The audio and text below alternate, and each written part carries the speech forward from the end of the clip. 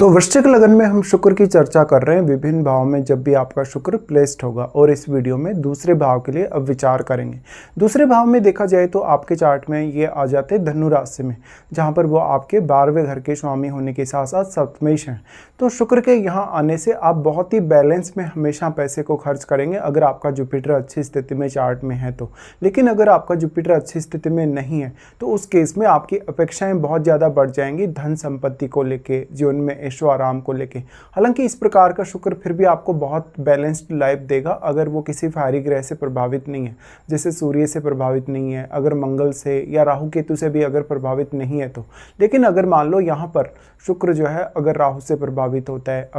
अगर सूर्य से प्रभावित होता है, मंगल से अगर प्रभावित होता है, तो उस केस में इस बात की संभावना काफ़ी ज़्यादा है कि आपकी जो खर्च करने की आदत है वो फिर से बढ़ जाएगी। शुक्र यहाँ पर अब 7वें घर का स्वामी है, तो आपको अपने पार्टनर से बहुत सारी एक्सपेक्टेशन होंगी, लेकिन आप अपनी फैमिली का बिजनेस भी, कोई भी बिजनेस अच्छे से चला सकते हैं। यहाँ पे अब जुपिटर की महत्ता काफ़ी बढ़ जाती है, क्योंकि जुपिटर यहाँ डिस्पोजिटर हैं, और जुपिटर जितने अच्छे प्लेस्ड होंगे आपके चार्ट में उतना ही अच्छे से आप अपने यहाँ के निर्णय ले सकेंगे सेकंड हाउस से रिलेटेड।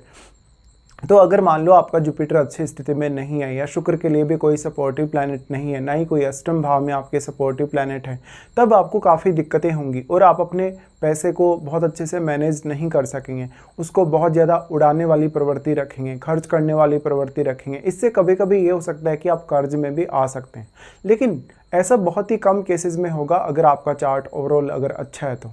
अब यहाँ पे कौन कौन से ऐसे प्लैनेट हैं आपके चार्ट में जो शुक्र को प्रभावित कर रहे हैं, क्योंकि कोई भी प्लैनेट जो शुक्र को प्रभावित करेगा अगर, तो वो आपकी वाणी, आपके खान पान, आपके रहन सहन पर भी अपना प्रभाव अवश्य दिखाएगा। यहाँ पे शुक्र 12वें घर के लॉर्ड होने की वजह से 12वें घर में बैठा हुआ प्लैनेट और आपके सप्तम घर में बैठा हुआ प्लैनेट भी आपके लिए समान रूप से महत्वपूर्ण हो जाते हैं। ऐसे केस में सप्तम भाव में जो बैठा हुआ प्लैनेट है वो आपके पार्टनर की छवि, उनके व्यवहार, उनकी ओवरऑल योग्यता, उनके साहस, या कुछ मिलाकर अगर देखा जाए तो उनकी जो एक छाप है जो आपके ऊपर, जो उनका जो प्रभाव है उसको वो प्रभावित करेगा। ऐसे केस में आपके सप्तम भाव में मान लो अगर कोई शुभ ग्रह बैठेगा और अगर आपका शुक्र भी वक्री नहीं है यहाँ पे सेकंड हाउस में बैठकर, तब मैरिड लाइफ बहुत अच्छी हो सकती है। लेकिन लगन में बैठा हुआ प्लैनेट और आपके अन्य भाव में जो भी प्लैनेट बैठे हैं, क्या उनका प्रभाव आपके सप्तम भाव पे है, तो वो देखना आपके लिए जरूरी होगा।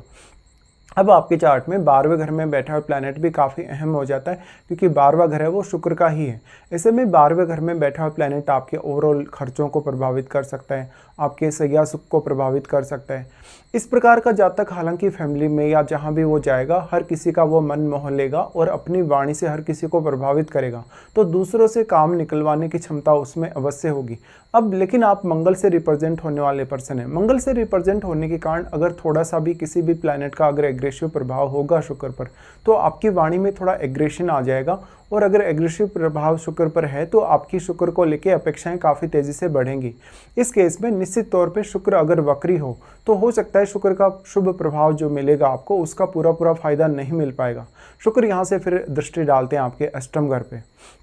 देखिए शुक्र जो अष्टम घर पे दृष्टि डालते हैं यहाँ के लिए वो काफ़ी अच्छा करेंगे, क्योंकि एक तो शुक्र के लिए अपने मित्र का घर है, और अगर आपका बुध बहुत अच्छा प्लेस्ड है तो शुक्र आपको काफ़ी ज़्यादा गहनता दे सकते हैं अपने निर्णयों में, विशेषकर धन संबंधी निर्णयों में, और आपके बहुत सारे ऐसे सुख साधन क्रिएट कर सकते हैं शुक्र अष्टम भाव के माध्यम से, जहाँ पर आपको मैरिज के बाद में पार्टनर के साथ साथ उनके जो फैमिली है उससे भी फायदा हो सकता है, यानी आपके इन लॉज से। इस प्रकार से देखा जाए तो शुक्र कुछ हद तक गूढ़ रहस्यों की तरफ आपको ले जा सकते हैं, जो कि आपके रिलेशनशिप से रिलेटेड, आपके आर्थिक पक्ष से रिलेटेड मामलों में हो सकते हैं। यहाँ पे अब अष्टम में बैठा हुआ प्लैनेट काफ़ी बड़ी भूमिका प्ले करेगा आपकी लाइफ में, क्योंकि अष्टम भाव है वो भी डुअल साइन है और शुक्र स्वयं भी डुअल साइन में आ गए। अगर आपका शुक्र यहाँ पे वक्री हो जाता है, अगर जुपिटर अच्छा प्लेस्ड नहीं है, तो आपके सेविंग होने में काफ़ी कठिनाई होगी। भले ही पैसे का फ्लो हमेशा आपकी ज़िंदगी में बना हुआ रहेगा, लेकिन आपको दूसरों पर डिपेंडेंट होने से बचना चाहिए, इवन अपने जीवन साथी पर भी,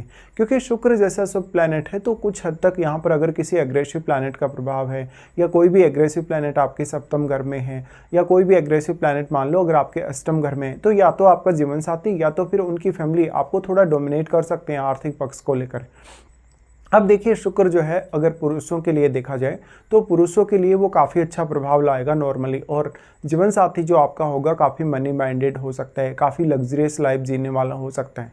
लेकिन स्त्रियों के केस में इस प्रकार का शुक्र ज़्यादा बेटर प्रभाव ला सकता है पुरुषों की तुलना में, क्योंकि शुक्र स्वयं स्त्री प्लैनेट है। स्त्री प्लैनेट होने की वजह से अब इस बात की संभावना काफ़ी ज़्यादा बढ़ जाती है कि आपका मैरिज होने के बाद में या मैरिज होने से पहले भी वाणी को लेके, आपके ओवरऑल भौतिक सुखों को लेके शुक्र आपको काफ़ी सपोर्ट करेगा। यहाँ पे शुक्र 12वें घर का लॉर्ड होने की वजह से और वो सप्तमेश होने की वजह से आपके पार्टनर को भी वेल्थी बनाता है कहीं ना कहीं। इस हिसाब से देखा जाए तो ऐसी स्त्रियां अपने पार्टनर के साथ पार्टनरशिप वगैरह कर सकती हैं अगर उनके सप्तम में कोई शुभ ग्रह का प्रभाव हो या सप्तमेश शुक्र यहाँ पे कुल मिलाकर अगर देखा जाए तो किसी क्रूर ग्रह से अगर प्रभावित ना हो। देखिए, शुक्र जैसा शुभ ग्रह है तो अगर शुभ ग्रहों से शुक्र प्रभावित होगा, चाहे तो कंजक्शन के थ्रू चाहे तो दृष्टि संबंध के थ्रू, उस केस में शुक्र की शुभता में यहाँ वृद्धि ही होगी। बट मान लो अगर सूर्य का प्रभाव हो, मंगल का प्रभाव हो शुक्र पर, ऐसे केस में शुक्र से रिलेटेड जो कारकत्व है, शुक्र से रिलेटेड जो गुण हैं, उनको लेके आपकी एक्सपेक्टेशंस काफ़ी ज़्यादा बढ़ जाएंगी और आप ज़्यादा से ज़्यादा धन, लग्जरी, ऐशो आराम प्राप्त करने के लिए पूरी कोशिश करेंगे और आप ये सब प्राप्त भी करेंगे।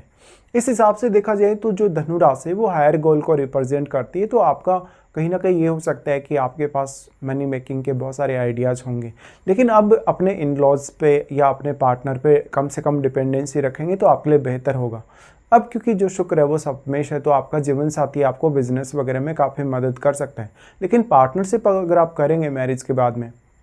तो आपको सप्तम घर में बैठे हुए प्लैनेट और यहाँ पे अन्य प्लैनेट जो आपके सेकंड हाउस पे प्रभाव डाल रहे हैं उनको जरूर देखना होगा, और सप्तम पर जो ग्रह आपके प्रभाव डाल रहे हैं उनको भी आपको देखना होगा। उसके बाद यहाँ पर महादशा का काफ़ी बड़ा रोल आ जाता है। शुक्र की जो महादशा है, शुक्र की महादशा 20 वर्ष की होगी, जो काफ़ी लंबी महादशा है एक तरीके से देखा जाए तो। ऐसे केस में शुक्र की महादशा आपके जीवन में काफ़ी बड़े बदलाव ला सकती है, काफ़ी बड़े कहीं ना कहीं मैरिज को लेके, रिलेशनशिप को लेके या ओवरऑल आपकी पूरी लाइफ को बदलने की क्षमता ये रखती है। ऐसे में अगर आपको शुक्र की महादशा मान लो अगर लगभग 20 वर्ष की आयु से स्टार्ट होकर लगभग 50 साल की उम्र से पहले तक अगर आपकी समाप्त हो जाती है, कंप्लीट हो जाती है, तो आप एक बहुत ज़्यादा बेटर लाइफ की उम्मीद कर सकते हैं। बट यहाँ पे अगर मान लो शुक्र पर राहु केतु का प्रभाव होगा, शनि का प्रभाव होगा, तो यहाँ पर काफ़ी सारी स्थितियाँ आपकी लाइफ में ऐसी होंगी जो आपके लिए चैलेंजिंग होगी। कुल मिलाकर देखा जाए तो यहाँ बृहस्पति का मजबूत होना या बृहस्पति की सेकेंड हाउस पे दृष्टि होना आपको बहुत ज़्यादा मदद कर देगा।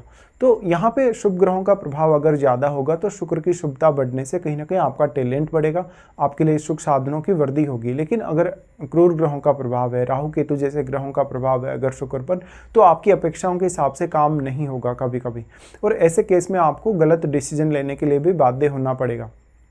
इस हिसाब से शुक्र के साथ अगर मान लो राहु केतु जैसे प्लैनेट प्लेस्ड हैं, इवन मंगल भी अगर प्लेस्ड हैं, तो पुरुषों को यहाँ पर विशेष तौर पे सावधानी रखनी होगी अपने पार्टनर से जिनके साथ भी वो मैरिज करने वाले हैं। इस हिसाब से फिर आपका मैरिज में जो भी प्रॉब्लम्स आएंगी उस हिसाब से अष्टम भाव में बैठा हुआ ग्रह और आपका अष्टमेश बुध बहुत ज़्यादा महत्वपूर्ण हो जाएगा। तो कुल मिलाकर इस तरीके के प्रभाव शुक्र देगा जब भी आपके वृश्चिक लगन के चार्ट में शुक्र दूसरे घर में धनु राशि में प्लेस्ड होगा।